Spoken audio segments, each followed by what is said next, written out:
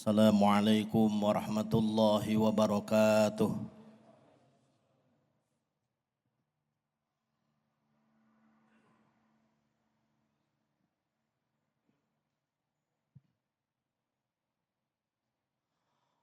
Allahu Akbar,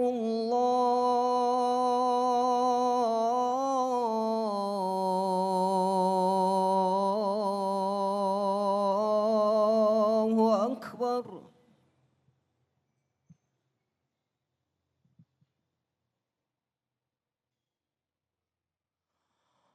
Allahu Akbar,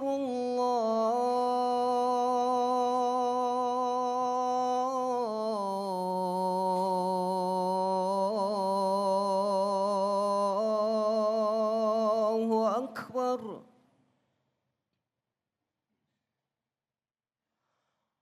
Asyhadu an la ilaha illallah.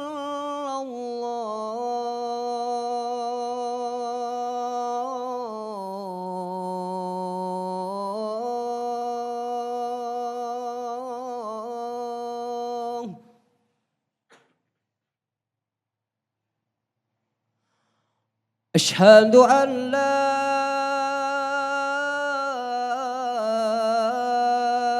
ilaha illallah.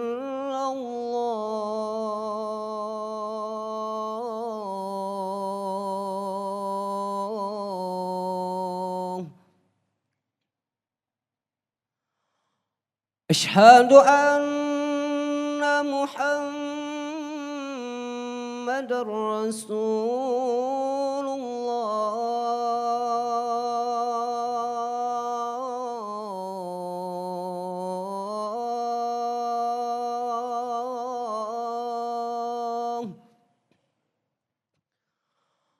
Asyhadu anna Muhammadar Rasulullah.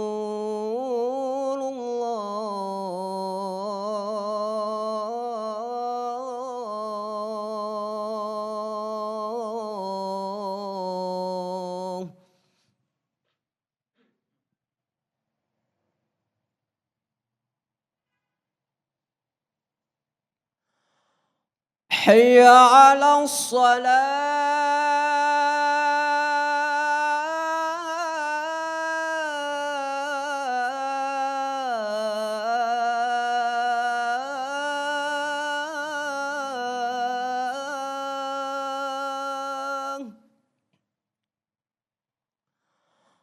Hayya 'alas shalah.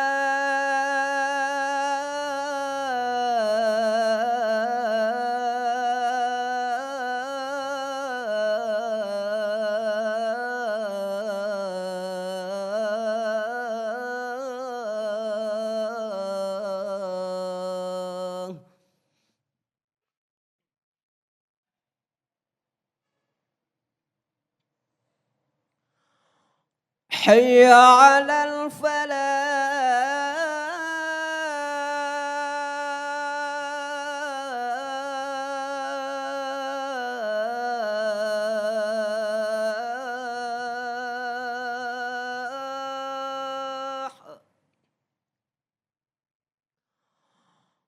حي على الفلاح.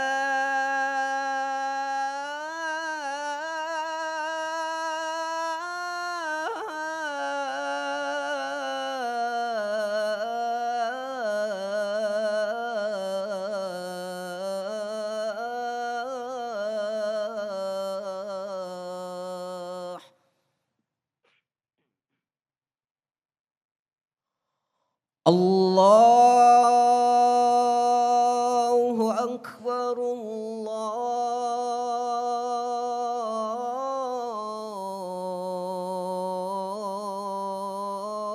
الله أكبر. لا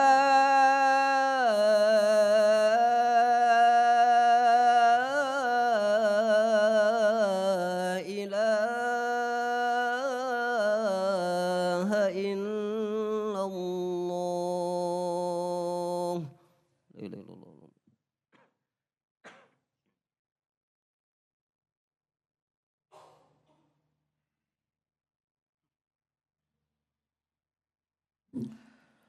Alhamdulillahi Rabbil Alamin. Ashhadu an la ilaha illallah al-malikul haqqul mubin. Wa ashhadu anna sayyidana wa maulana Muhammadan abduhu wa rasuluh sadiqul wa'dil amin. Allahumma salli ala sayyidina wa maulana Muhammadin wa ala alihi wa sahbihi ajma'in.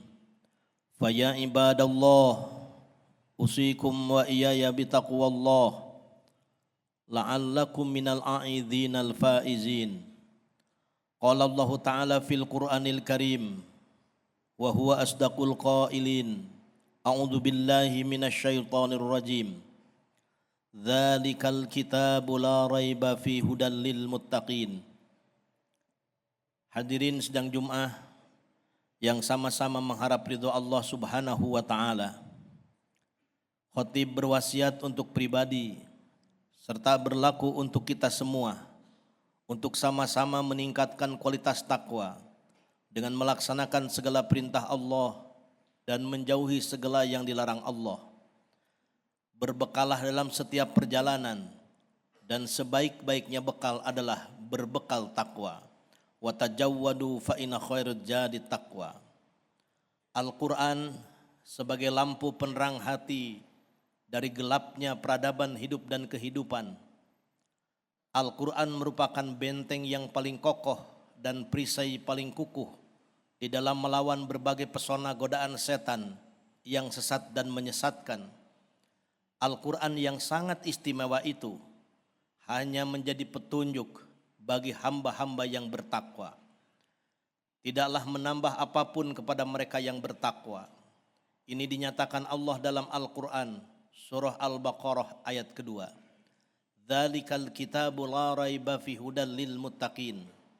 Al-Quran itu tidak diragukan lagi isi dan kandungannya. Merupakan firman Allah Subhanahu wa Ta'ala yang diturunkan kepada baginda Rasulullah Muhammad sallallahu alaihi wasallam melalui perantaraan malaikat Jibril yang disusun menurut tartib mushaf Utsmani, diawali dengan surah Al-Fatihah dan diakhiri dengan surah An-Nas. Menurut Syekh Abdul Wahab Khalaf, al-muta'abbadu bitilawatih, Al-Quran itu dibaca, paham tidak paham, mengerti tidak mengerti isinya, bernilaikan ibadah ketika kita membacanya. Bahkan ketika orang lain membacakan Al-Quran, kita memperhatikan, menyimaknya dengan seksama, Allah menurunkan rahmat dan kasih sayangnya. Al-Quran ketika kita bawa mushafnya saja menjadi benteng dari segala kemaksiatan dan dosa.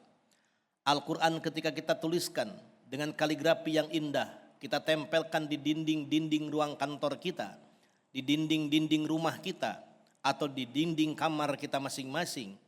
Kaligrafi Al-Quran kita tempelkan di rumah, di tempat-tempat kerja kita. Sama artinya kita sedang memelihara Al-Quran yang Allah akan jamin kita pun dipelihara oleh Al-Quran. Ini dinyatakan Allah dalam Al-Quran. Inna nahnu nazzalna dzikra wa inna lahu lahafidun. Sesungguhnya kami yang memelihara Al-Quran, maka kami yang akan memelihara para pemelihara Al-Quranul Karim. Ini bukan mitos tetapi fakta sejarah. Pada masa merebut kemerdekaan dari tangan-tangan penjajah asing, dengan segala keterbatasan yang dimiliki oleh bangsa kita untuk melawan para penjajah, beberapa pejuang yang tidak dilatih perang secara intensif, tidak berbekal senjata yang lengkap dan senjata canggih, cukup para alim ulama, para kiai, dengan segala tirakat yang dilakukan dan keyakinan yang tinggi terhadap Al-Quran, berbekal tulisan-tulisan Al-Quran yang dituliskan di badannya, dituliskan di rompi-rompinya, dituliskan di senjata-senjata tajam yang digunakan untuk berperang, tidak tembus oleh peluru dan tidak bisa dibunuh oleh musuh. Karena apa? Karena Quran dibawa dan melekat dalam dirinya. Untuk menjaga amanah yang sangat penting dalam hidup dan kehidupan sebagai umat dan bangsa, agar mengikat kepercayaan pada setiap pimpinan yang mendapatkan amanah, cukup dengan disumpah. Jika umat Islam sumpahnya diucapkan di bibirnya demi Allah, diletakkan di atas kepalanya Al-Quran dengan mengucapkan demi Allah, dan di atas kepalanya mushaf Al-Quran karena iman kepada Allah dan iman kepada Al-Quran. Tidak ada yang berani mencederai atau mengkhianati sumpah yang diucapkan dan dilakukannya. Tetapi kenapa dewasa ini kita sering menyaksikan betapa setiap prosesi sumpah jabatan diucapkan kalimat demi Allah di atas kepalanya mushaf Al-Quranul Karim, tetapi tidak jarang yang mengkhianati sumpahnya, melanggar sumpahnya. Apakah ucapan demi Allahnya yang sudah berubah? Apakah mushaf Al-Qur'annya sudah berubah? Tidak. Yang berubah adalah iman kepada Allah dan iman kepada Al-Qur'annya. Karena tipisnya iman kepada Allah, karena tipisnya iman kepada Al-Qur'an, jangankan satu mushaf Al-Qur'an yang disimpan di atas kepalanya ketika bersumpah, satu truk Al-Qur'an pun tidak akan berpengaruh. Mengapa? Bukan pengaruh mushafnya, tetapi pengaruh iman kepada Al-Qur'an atau kepada Allahnya. Ini yang menjadi tugas berat untuk kita semua. Kita bangga anak-anak kita hafal beberapa juz, bahkan 30 juz Al-Quran. Kita bangga punya cucu kita bisa membaca Al-Quran dengan tarjamahnya dan tafsirnya. Kita bangga di majlis-majlis taklim, di musabakoh tilawatil Al-Quran. Semakin banyak yang membacakan Al-Quran dengan nada suara yang indah, yang menyejukkan hati, menenangkan jiwa. Tetapi tantangan yang paling berat kepada kita, sudahkah dimulai diri kita beriman kepada Al-Quran sebagaimana para alim ulama terdahulu, orang tua kita terdahulu, guru-guru kita terdahulu, dengan hafalan Quran yang terbatas, dengan pemahaman Quran yang terbatas, tetapi iman kepada Al-Quran yang sangat tegas, maka Quran menjadi solusi dari problem segala hidup dan kehidupan. Orang sakit bisa disembuhkan dengan Al-Quran, keretakan masyarakat, perpecahannya bisa diselesaikan dengan Al-Quran. Orang marah bisa selesai dengan Al-Quran. Bahkan orang kesurupan pun bisa sembuh dengan Al-Quranul Karim. Tetapi mengapa rasa-rasanya Al-Quran susah memberantas penyakit-penyakit sosial yang ada, seperti penyakit miras, korupsi, dan segala penyimpangan lainnya, jika pada masa jahiliyah saja rubah Arab biadab menjadi Arab beradab setelah turunnya Al-Quran. Tapi mengapa manusia tidak beradab hari ini, tidak bisa disembuhkan dengan Al-Quran? Apa yang salah? Apa yang keliru? Jawaban besarnya adalah kita belum berhasil menanamkan keimanan kepada Al-Quran dengan kuat dan hebat. Al-Quran itu menjadi obat dari segala penyakit. Allah menegaskan dalam Al-Quran, wa nunazzilu minal Qur'ani ma huwa syifa. Al-Quran itu menjadi obat bio, psikososial, spiritual. Tetapi Quran tidak bertambah jauh-jauh jadi obat kepada orang-orang yang zalim. Artinya, kalau Quran tidak menjadi obat baik dalam skala pribadi, keluarga, masyarakat, bangsa, negara, jangan-jangan kita adalah kumpulan manusia-manusia zalim yang tidak tersinari oleh Al-Quran. Nyatanya, the mirror theory atau teori al-mir'ah yang dikenalkan oleh Hujjatul Islam Al-Ghazali menyebutkan, cermin yang membelakangi matahari tidak akan tembus dengan cahaya matahari. Cermin yang berhadapan dengan sumber cahaya matahari, karena debu-debunya melekat, meskipun berhadapan dengan sumber cahaya matahari, maka cahaya itu tidak akan tembus dengan maksimum. Hanya cermin yang bersih dan jernih berhadapan dengan sumber matahari, sumber cahayanya akan tembus dengan maksimal. Quran tidak menjadi penerang jiwa bagi kaum kafirin yang jelas-jelas tidak menyembah dan beriman kepada Allah. Al-Quran akan menjadi lampu penerang hati bagi hamba-hamba yang beriman tetapi banyak debu-debu kemaksiatannya. Tetapi Al-Quran akan menjadi terang benderang yang menerangi gelapnya peradaban dan kehidupan bagi hamba-hamba Allah. Laksana cermin yang bersih dan jernih berhadapan dengan cahaya. Semakin bersih, semakin maksimum tertembus oleh cahayanya. Semakin dekat dengan cahayanya, semakin maksimum tertembus dengan cahayanya. Mukmin yang bersih dan jernih, atau yang termasuk pada kelompok 5M, yaitu muslimin, mukminin, muttaqin, muhsinin, dan mukhlisin, adalah hamba-hamba yang akan tembus dengan cahaya Al-Quranul Karim. Jika kita ingin Al-Quran menjadi penyejuk jiwa, penerang hati, dan obat dari segala masalah, baik masalah hidup ataupun kehidupan, maka kunci utama dan pertamanya adalah pastikan kita sudahkah menjadi muslimin, orang yang tunduk dan patuh kepada Allah.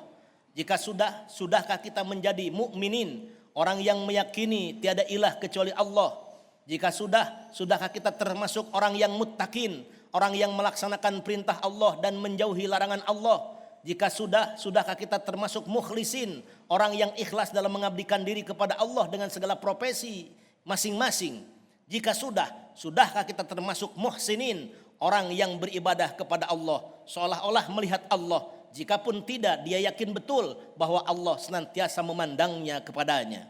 Hadirin sidang Jum'ah rahimakumullah.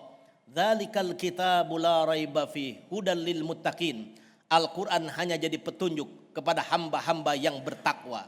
Maka tiap kita mendengar Al-Quran, tiap kita membaca Al-Quran, tetapi tidak ada hidayah yang masuk pada diri kita untuk menerangi gelapnya kehidupan ini, apakah kita sudah bertakwa kepada Allah atau tidak bertakwa kepada Allah?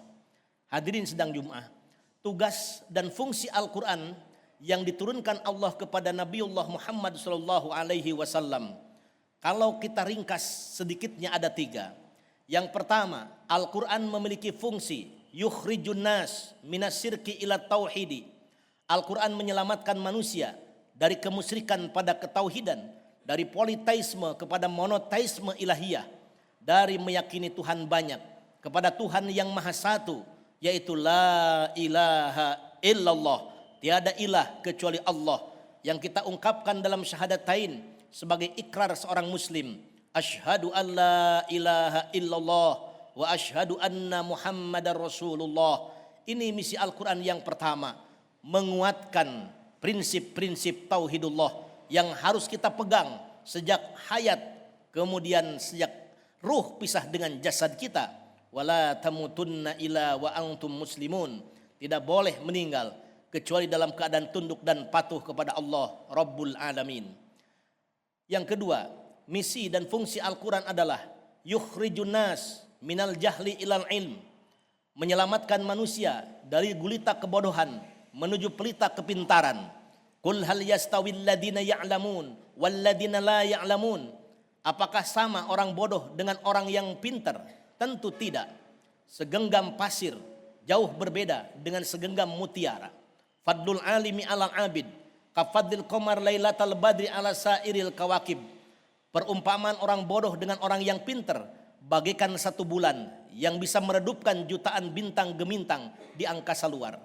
Rembulan yang satu bisa mengalahkan cahaya jutaan bintang. Bintang gambaran orang-orang yang awam, sedangkan rembulan yang besar dengan sinarnya yang sejuk itu adalah gambaran orang-orang yang alim atau orang-orang yang pintar.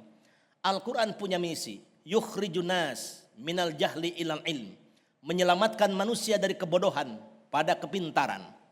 Ini dibuktikan secara ilmiah oleh beberapa orientalis dan juga para ulama muslim.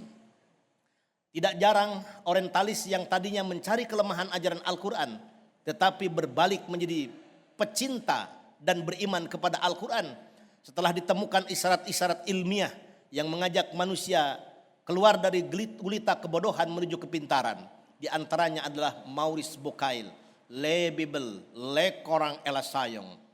Bible, Quran dan Sains itu adalah hasil kontemplasi dan riset mendalam yang dilakukan oleh orientalis yang kemudian dibukukan menjadi Sains, Bible dan Al-Quran. Nabi saja wahyu pertamanya Iqra, bacalah. Baca Quran hidup teratur, baca alam lahir karya-karya luhur, dan baca diri supaya hidup tidak pernah takabur. Baca lautan, lahir ilmu oceanografi. Baca bintang gemintang, lahir ilmu astronomi. Baca masyarakat, lahir ilmu sosiologi. Baca pribadi-pribadi manusia, lahir ilmu psikologi. Semakin tinggi kualitas membaca, sebagaimana diperintahkan Al-Quran, semakin banyak pengetahuan dan semakin mungkin mengembangkan sains dan teknologi. Yang ketiga, misi Al-Quran adalah yukhrijun nas minal iftiraq ilal ittihad. Al-Quran menyelamatkan umat manusia dari perpecahan pada persatuan dan kesatuan. Peradaban manusia pernah mengakui adanya peradaban hukum rimba yang kuat memangsa yang lemah, yang pintar menenggelamkan yang bodoh, yang kuat mengorbankan yang lemah. Ini adalah peradaban yang tidak boleh terjadi Al-Quran mengajak kepada kita dengan beberapa ayat, mengajak bersatu bukan berseteru. Wa'tasimu bihablillahi jami'aw wala tafarraqu. Bersatu padu dan haram berseteru. Untuk saudara-saudara seiman seislam, Allah menegaskan dalam Al-Quran surah Al-Hujurat, innamal mu'minuna ikhwatun fa aslihu baina akhwaikum wattaqullah la'allakum turhamun. Sesungguhnya sama mukmin adalah bersaudara, maka damaikanlah jika ada perselisihan antara saudaramu. Bertakwalah kepada Allah agar kita mendapatkan kasih sayang Allah Rabbul Alamin. Saking pentingnya persatuan ini, Nabi memilah ketika ada provokasi dari sebagian umat Islam agar membakar tempat peribadatan agama lain dan menganiaya pimpinan agamanya. Baginda Nabi dengan merah padam menyatakan di hadapan para sahabat, man adad dimian faqad adani. Siapa yang menyakiti kafir dimi sama dengan melukaiku Muhammad sallallahu alaihi wasallam. Suatu ketika kaum Aus dan Khazraj yang sudah dipersatukan pasca hijrahnya Nabi dari Makkah ke Yasrib, terdengar perpecahan kembali, ada selisih paham dan sengketa. Dalam keadaan baginda Rasulullah sakit, beliau memaksakan bangun dari sakitnya dengan serak muka yang pucat. Beliau melerai persengketaan, abida al-jahiliyah min ba'di ma ja'athumul bayinat wa ana ahduru min bainikum. Kata Nabi, apakah kalian akan kembali kepada masa-masa jahiliyah? Apakah kalian akan kembali kepada masa-masa jahiliyah, berpecah belah, bertingkai-pangkai, padahal aku masih hadir di antara kalian? Tertunduk malu kaum Aus dan Khazraj, sehingga mereka menyadari perpecahan yang sudah diobati oleh Islam, oleh baginda Nabi ini. Tidak boleh lahir luka baru yang bersatu dengan luka lama yang menyebabkan perpecahan satu sama lain. Maka di Masjid Ijabah, tempatnya di Madinah Al-Munawwarah, baginda Nabi sedih karena ketika bermohon 3 permohonan, 2 permohonan diijabah Allah, 1 permohonan tidak diijabah Allah Rabbul Alamin. Padahal yang berdoanya Nabi Muhammad SAW. Permohonan yang pertama, ya Rabb, jangan hancurkan umatku dengan kelaparan. Permohonan yang kedua, ya Rabb, jangan hancurkan umatku karena banjir. 2 permohonan ini diijabah Allah. Konon permohonan yang ketiga, jangan engkau hancurkan umat kami karena perpecahan. Permohonan yang ketiga ini menjadi batu sandungan yang menyebabkan hati Nabi bersedih hati, bermuram durja. Karena sangat boleh jadi umatnya di akhir zaman tidak rusak karena banjir sebagaimana umat-umat sebelumnya, tidak binasa karena kelaparan seperti umat-umat sebelumnya, tetapi hancur lebur rusak binasa karena perpecahan sesama umat seagama. Mudah-mudahan Allah Subhanahu wa taala menguatkan iman dan keyakinan kita kepada Allah Rabbul Alamin, dan atas kekuatan iman Islam, akidah yang sama itu kita dipersatukan dengan berbagai cara dan upaya secara lahiriah yang kita tempuh agar umat Islam tidak terjadi perpecahan di antara kita. Amin amin ya rabbal alamin. Barakallahu li wa lakum bima fihi minal ayati wa dzikril hakim. Wa qur rabbighfir warham wa anta khairur rahimin.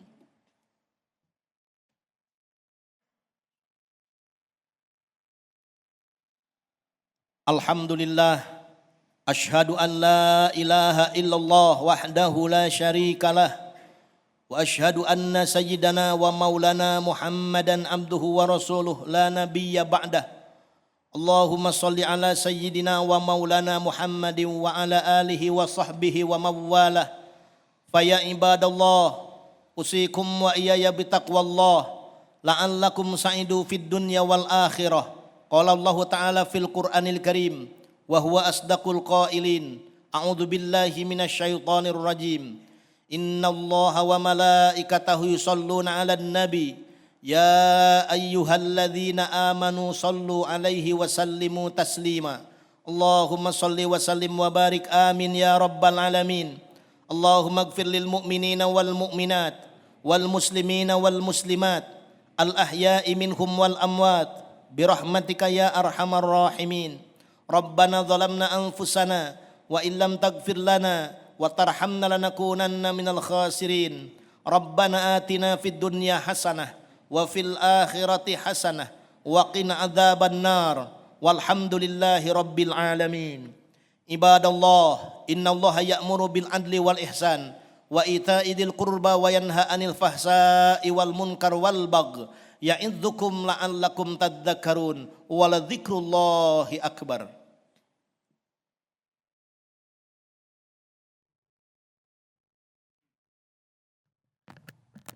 الله أكبر الله أكبر أشهد أن لا إله إلا الله أشهد أن محمد رسول الله حي على الصلاة حي على الفلاح قد قامت الصلاة قد قامت الصلاة الله أكبر الله أكبر لا إله إلا الله لا إله إلا الله محمد رسول الله صلى الله عليه وسلم. استووا صفوفكم فإن التسوية من تمام الصلاة. الله أكبر.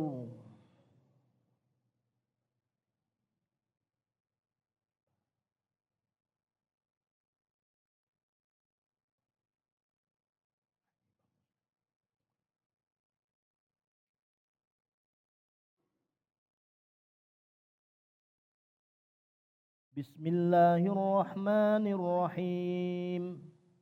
الحمد لله رب العالمين.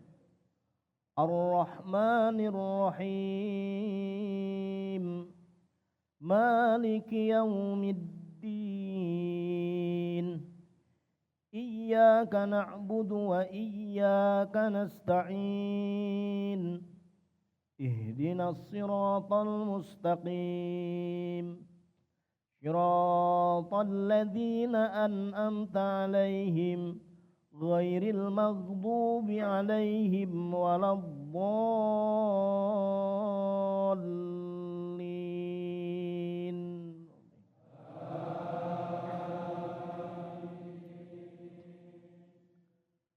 بسم الله الرحمن الرحيم.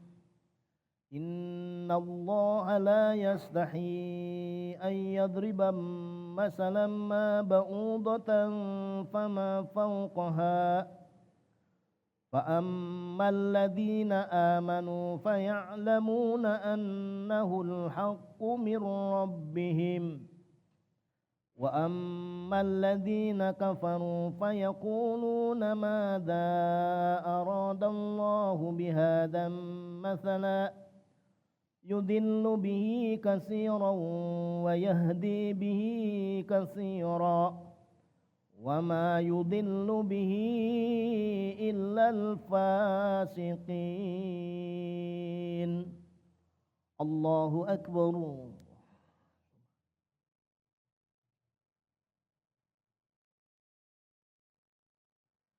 الله لمن حمده. الله أكبر.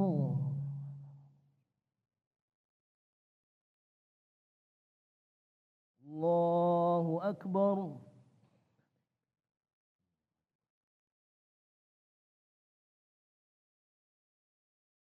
الله أكبر.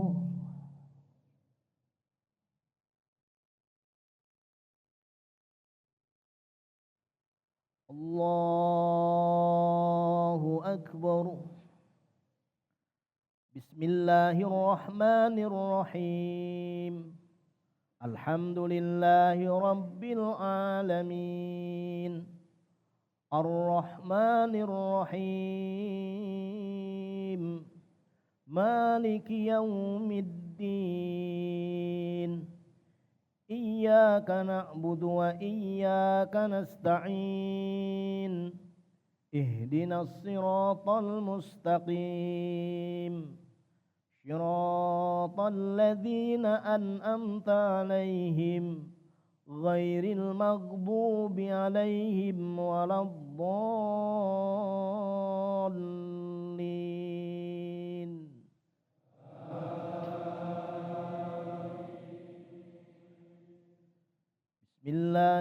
الرحمن الرحيم أرأيت الذي يكذب بالدين فذلك الذي يدع اليتيم ولا يحض على طعام المسكين فويل للمصلين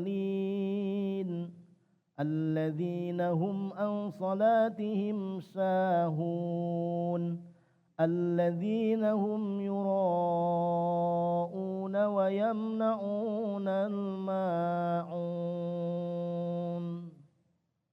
الله أكبر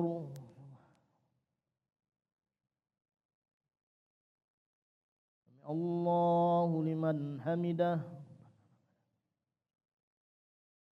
الله أكبر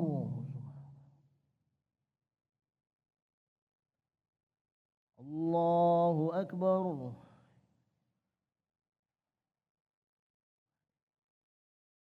الله أكبر الله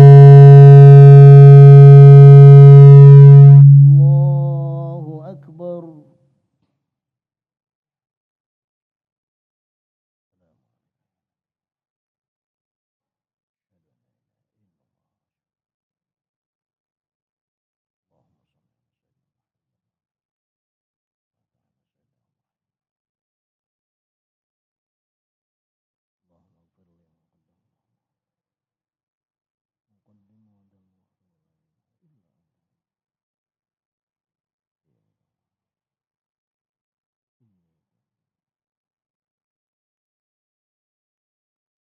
السلام عليكم ورحمة الله السلام عليكم ورحمة الله الفاتحة أعوذ بالله من الشيطان الرجيم بسم الله الرحمن الرحيم الحمد لله رب العالمين الرحمن الرحيم مالك يوم الدين إياك نعبد وإياك نستعين اهدنا الصراط المستقيم صراط الذين أنعمت عليهم غير المغضوب عليهم ولا الضالين اللهم صل على سيدنا وحبيبنا وكريمنا وشافعنا ومولانا محمد وسلم ورضي الله تبارك وتعالى عن كل صحابة رسول الله أجمعين آمين اللهم إنا نسألك سلامة في الدين وعافية في الجسد وزيادة في العلم وبركة في رزق وتوبة قبل الموت ورحمة عند الموت ومغفرة بعد الموت اللهم هون علينا في سكرات الموت ونجاة من النار والعفو عند الحساب ربنا لا تزغ قلوبنا بعد إذ هديتنا وهب لنا من لدنك رحمة إنك أنت الوهاب ربنا آتنا من لدنك رحمة وهيئ لنا من أمرنا رشدا ربنا آتنا في الدنيا حسنة وفي الآخرة حسنة وقنا عذاب النار سبحان ربك رب العزة عما يصفون والسلام على المرسلين والحمد لله رب العالمين بالبركة أم القرآن الفاتحة